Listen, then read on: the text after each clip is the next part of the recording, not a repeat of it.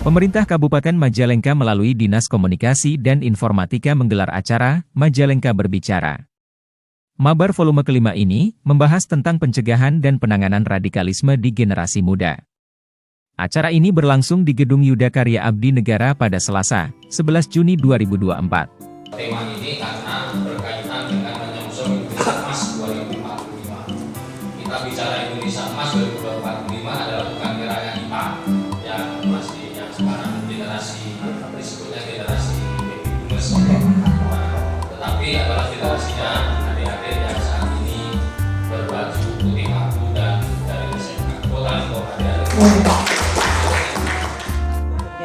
Yang saya bahas itu akan mengenai geng motor. Nah, sudah ada solusinya dari Bapak bahwasanya kita itu harus mempelajari wawasan kebangsaan. Tapi Pak, pada kenyataannya wawasan kebangsaan, bela negara, ideologi Pancasila kami itu telah mempelajari dari kelas 1 SD sampai saat ini sampai SMA. Tapi pada kenyataannya masih banyak generasi muda atau anak SMA yang ikut dalam geng motor. Dan yang saya ketahui ya itu biasanya dalam latar belakang keluarga itu penyebabnya. Nah, pertanyaannya apa sih yang upaya yang akan dilakukan oleh pemerintah daerah Kabupaten Majalengka untuk meminimalisir atau bisa meniadakan radikalisme di generasi muda? Terima kasih. Mabar volume 5 menghadirkan sejumlah narasumber, termasuk Kepala Bakesbangpol Kabupaten Majalengka Heri Rahyubi, Kasubnit Idensos Satgaswil Jabar Densus 88 Et Polri Kompol Satori, dan Kasat Intelkam Polres Majalengka AKP Agus Romi.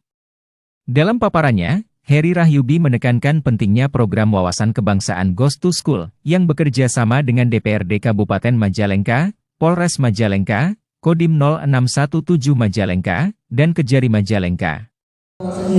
Tugas pokoknya sesuai dengan peraturan pemerintah nomor 23 tahun 2024 bahwa Kesbangpol itu memiliki tugas yang pertama untuk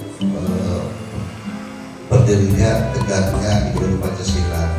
Kemudian yang kedua terjalinnya komunikasi antar lini, antar dinas, antar suku. Sementara itu Satori dari Densus 88 mengungkapkan bahwa fenomena kenakalan pelajar seperti geng motor termasuk kelompok rentan terpapar paham intoleran atau radikal. Termasuk juga mungkin Bapak Ibu tahu di Kalimantan yang ledakan bom di depannya gereja itu orang Jawa Barat. Artinya Jawa Barat ini merupakan salah satu lumbung, sehingga anak-anak ini harus kita selamatkan. Jangan sampai anak-anak ini, generasi muda ini, mereka ini terpapar oleh kelompok-kelompok intoleran radikalisme. Karena saya mengilustrasikan ibaratnya sebuah pohon ini. Kalau intoleran itu kita ibaratkan, saya ibaratkan sebagai sebuah akarnya. Kemudian mereka sudah terpapar dalam mindset saja, pemahaman saja. Kemudian ketika mereka sudah radikal, itu ibarat pohon ini sebuah batangnya. Mereka sudah mulai melakukan ada perbedaan pahamnya. Contoh misalkan ada perubahan perilaku mereka. Yang tadinya mereka berteman dengan sama teman, mereka sudah mulai menutup diri, mereka sudah mulai eksklusif. Kemudian endingnya adalah buahnya, yaitu teror.